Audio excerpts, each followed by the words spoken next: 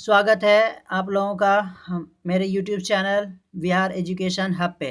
तो देखिए आज जो है मैं संविधान निर्माण का लास्ट टॉपिक अंतिम है, ये संविधान की विशेषताएं लाया हूँ।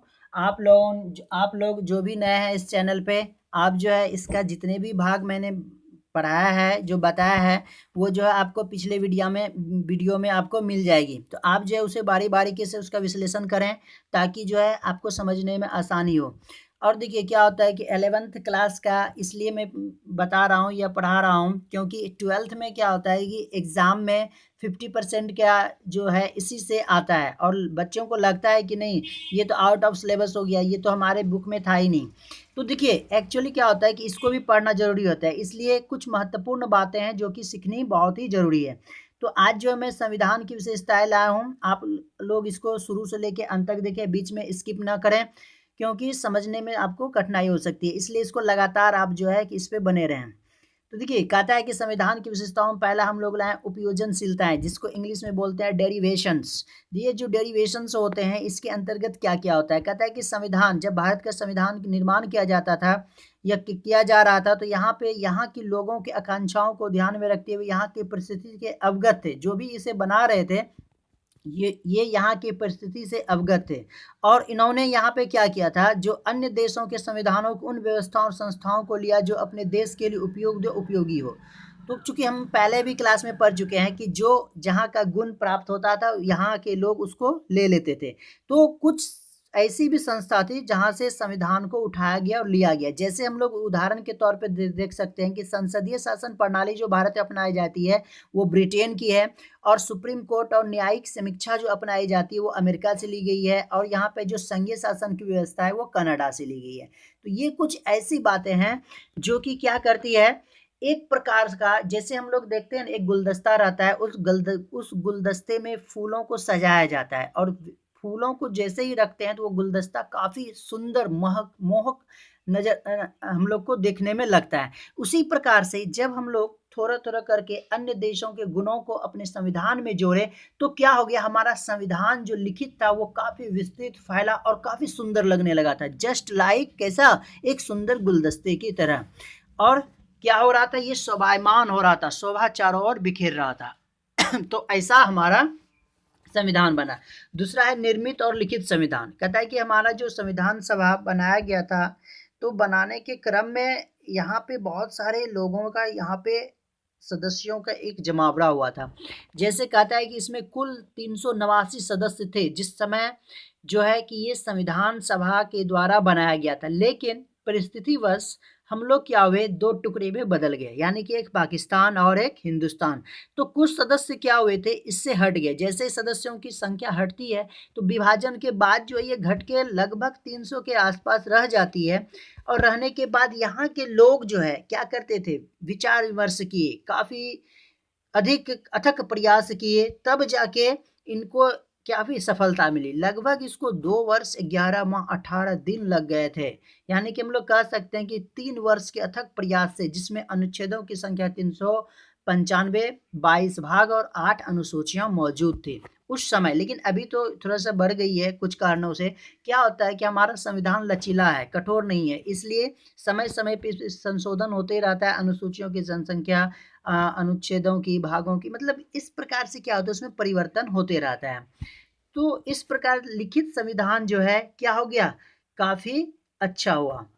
तो उसके बाद दूसरा कहता है, नेक्स्ट जो पॉइंट है संसदीय शासन प्रणाली। कहता है भारत में संसदीय शासन प्रणाली अपनाई गई है जिसमें राष्ट्रपति को राज्य का अध्यक्ष बनाया गया है और ये जो राष्ट्रपति होते हैं ये नाम मात्र के होते हैं, लेकिन वास्तविक जो सत्ता अगर कही जाए तो वो मंत्री परिषद के पास होती है और जिसके अध्यक्ष कौन होते हैं, प्रधानमंत्री होते हैं। और यही प्रधानमंत्री क्या करते हैं, सामूहिक रूप से लोकसभा के भी प्रति उत्तरदायी होते हैं और इन्हीं के द्वारा जो है सारा क्रियाकलाप होते रहता है। तो इसकी इसी प्रकार से राज्यों में भी कहा गया है। तो राज्य में जो है वास्तविक रूप से वहाँ पे मुख्यमंत्री है, यानी कि केंद्र में प्रधानमंत्री और राज्य में मुख्यमंत्री। तो अगर राज्यों की बात की जाए तो राज्यों में गवर्नर को अध्यक्ष बनाया गया है और लेकिन वास्तविक सत्ता फिर से ही मंत्रिपरिषद या मुख्यमंत्री में समाहित किया गया है, जो कि विधानसभा के प्रति उत्तरदायी रहते हैं। इसके बाद नेक्स्ट टॉपिक है एकीकृत न्यायपालिका। देखिए भारत में संघीय व्यवस्था अपनाई है। संघीय व्यवस्था मतलब केंद्र और प्रांत, मतलब केंद्र और राज्यों के बीच का जो शक्ति का विभाजन किया गया, और ये विभाजन करने का एक ही मकसद होता है कि दोनों सरकारें अपने अपने क्षेत्र में स्वतंत्र रूप से, स्वायत्ता रूपी रूप से काम कर सके, तभी जाके क्या होता है कि राज्य का या फिर देश का विकास हो सकता है। लेकिन इसमें क्या किया गया है, कुछ चीज़ों का बंटवारा किया गया, जैसे कि भारत में जो सुप्रीम कोर्ट होती है वो ऊपर रहती है, और राज्यों के जो हाई कोर्ट होते हैं वो नीचे होते हैं। और सुप्रीम कोर्ट के जितने भी आदेश होते हैं सभी राज्यों के जो अदालत होते हैं या हाई कोर्ट होते हैं उसको उस पर लागू होती है। और यही सर्वोच्च न्यायालय क्या कर सकती है, राज्यों के जो जितने भी डिसीजन होते हैं उस निर्णय को पलट सकने का जो ताकत होती है वो सुप्रीम कोर्ट को होती है। अब नेक्स्ट एक बार और चीज़ इसमें बता देना चाहता हूँ कि अगर राज्य किसी भी प्रकार की कानून बनाती है और वो कानून जो है, अगर कानून पे सुप्रीम कोर्ट क्या कर सकती है, समीक्षा कर सकती है। समीक्षा करने के बाद अगर वो असंवैधानिक मिलता है तो उसको रद्द करने का अधिकार भी सुप्रीम कोर्ट के पास होती है। इसी को कहा गया है कि एकीकृत न्यायपालिका, मतलब न्यायपालिका भी हम लोगों के पास ऐसा बनाया गया है जिसमें आप अगर नीचे के स्तर पे संतुष्ट नहीं हैं तो आप ऊपरी अदालत में जाके अपने जो फैसला होता है, अपना जो स्वेच्छा होता है, जब तक आपको पूर्ण विश्वास नहीं हो जाता है आप आगे जाके फैसला ले सकते हैं या फिर क्लेम कर सकते हैं। उसके बाद 5वां नंबर पे मौलिक अधिकार एवं कर्तव्य। देखिए मौलिक अधिकार के बारे में अगर मैं बात करूं तो मौलिक अधिकार के बारे में बात करते हैं तो ये तीसरे भाग में काफ़ी अधिक विस्तृत रूप से इसमें जानकारी दी गई है, जिसके अधिकार जो है लगभग हम लोग कहते हैं 6 प्रकार के हैं, जैसे समानता का अधिकार, स्वतंत्रता का अधिकार, शोषण के विरुद्ध अधिकार, धर्म का अधिकार, सांस्कृतिक व शैक्षणिक अधिकार, संवैधानिक उपचारों का अधिकार। देखिए ये सब अधिकार सबों को मिला हुआ है, यानी कि मूल अधिकार जन्म से मिले जो मौलिक मूल अधिकार होता है उसको मौलिक अधिकार कहा जाता है। और इसमें से एक संशोधन हुआ था 1978 में, 44वां संशोधन, जिसमें संपत्ति के अधिकार को इस भाग से निकाल दिया गया था। और संपत्ति के अधिकार को जैसे ही इसमें निकाल दिया गया था तो अब क्या होता है कि ये अधिकार अब न्यायालयों की सहायता से उनकी सुरक्षा की जाती है। अब जो तत्काल है वो न्यायालय के संपत्ति के अधिकार जो निकाला गया है, लेकिन उसकी सहायता या उनकी सुरक्षा जो है वो न्यायालय के माध्यम से की जाती है। अब अगर कोई राज्य का कोई भी कानून या आदेश किसी भी मौलिक अधिकार को हनन करता है तो हम लोग क्या कर सकते हैं, हाई कोर्ट या सुप्रीम कोर्ट में चुनौती दे सकते हैं। और अगर ये असंवैधानिक होने की स्थिति में न्यायालय उसे क्या कर सकता है, रद्द भी कर सकता है।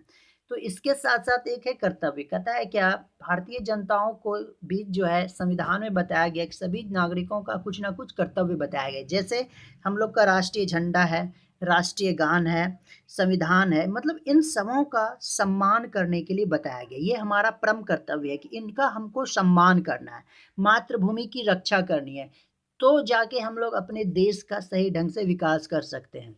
तो ये सब बनाया गया है क्योंकि ये सब हमको कर्तव्य, तो कर्तव्य जो है मनुष्यों को जानना बहुत जरूरी है, भारतीय नागरिकों को जानना जरूरी है कि आखिर हमारा कर्तव्य क्या है। तो कर्तव्य जानेंगे तभी उस पर हम लोग सही ढंग से अमल कर पाएंगे। इसलिए तो हम लोग पढ़ाई करते हैं, खास करके पॉलिटिकल साइंस। पॉलिटिकल साइंस में जितने भी नागरिकों का अधिकार हैं उन सबों की जानकारी दी गई है और उसी के अनुसार हम लोगों को वर्क भी करनी है। नेक्स्ट पॉइंट है राजनीति निर्देशक सिद्धांत। देखिए राज्य के जो नीति निर्देशक सिद्धांत होते हैं इसको चौथे भाग में, संविधान के चौथे भाग में इसका वर्णन किया गया है, काफ़ी विस्तृत वर्णन किया गया है। भारत में कहा जाता है कि सामाजिक और आर्थिक क्षेत्र पे लोकतंत्र स्थापित करना, इसका एक ही मकसद होता है, सामाजिक और आर्थिक पे स्तर पे लोकतंत्र स्थापित करना है, जो कि एक महत्वपूर्ण सिद्धांत है। जैसे हम लोग कह सकते हैं कि राज्य की जितनी भी जनता हैं, अब सरकार का ये फर्ज बनता है कि हम लोग क्या करें, पर्याप्त उसके लिए अवसर जुटाएं ताकि उसकी रोजी रोटी चल सके। और दूसरी बात कहा गया है कि जितने भी संसाधन है देश में और वो संसाधन का प्रयोग हम भारतीय जनता के हित के लिए करें। उसके बाद कहता है कि जितने भी यहाँ पे समान कार्य के बदले समान वेतन मिलेगा। अभी बहुत ज़्यादा फेमस है ये क्या चीज़, समान कार्य के बदले में समान वेतन मिलेगा, क्योंकि खास करके टीचर लाइन में देखा जाता है क्या होता है कि इसमें वेतन में फ़र्क दिखाया गया है, जिसके कारण ये लोग लड़ाई लड़ रहे हैं। तो यही राज्य के नीति निर्देशक सिद्धांत के अनुसार से ही वो कहते हैं कि समान कार्य के बदले में आप समान वेतन दीजिए। उसके बाद कहा गया इसमें सबों को काम व शिक्षा का अधिकार भी मिलना चाहिए। सारे देश में जो है समान नागरिक संहिता लागू होनी चाहिए। लोगों के जीवन स्तरों को उठाना चाहिए। SC ST के जो हैं उसके कल्याण करने चाहिए। मतलब ये सब कुछ ऐसी चीज़ें हैं जो राज्य के नीति निर्देशक तत्व के अंतर्गत आते हैं और उनका विकास किया जाता है, ताकि भारतीय जनता अधिक से अधिक क्या हो, आगे बढ़े, उसका स्तर ऊंचा हो सके। उसके बाद नेक्स्ट पॉइंट है द्विसदनवाद। कहता है कि संसद में, भारतीय संसद को दो भागों में बांटा गया। इसके दो सदन हैं, एक राज्यसभा एक लोकसभा। राज्यसभा को ऊपरी या उच्च सदन भी कहा जाता है, जिसके सदस्यों का चुनाव जो है विधानसभाओं द्वारा, राज्यों की जो विधानसभा होती है उसके द्वारा किया जाता है, जबकि लोकसभा का चुनाव जो होता है वह जनताओं द्वारा प्रत्यक्ष विधि से किया जाता है। तो ये सब जो प्रत्यक्ष विधि से होता है तो ये लोकसभा के अंतर्गत आता है। अब कहता है कि राज्यसभा चूंकि अस्थायी सदन है, इसके जो 1/3 सदस्यगण हैं हर 2 वर्ष में के बाद हट जाते हैं, लेकिन लोकसभा का जो कार्यकाल होता है वो 5 साल का होता है।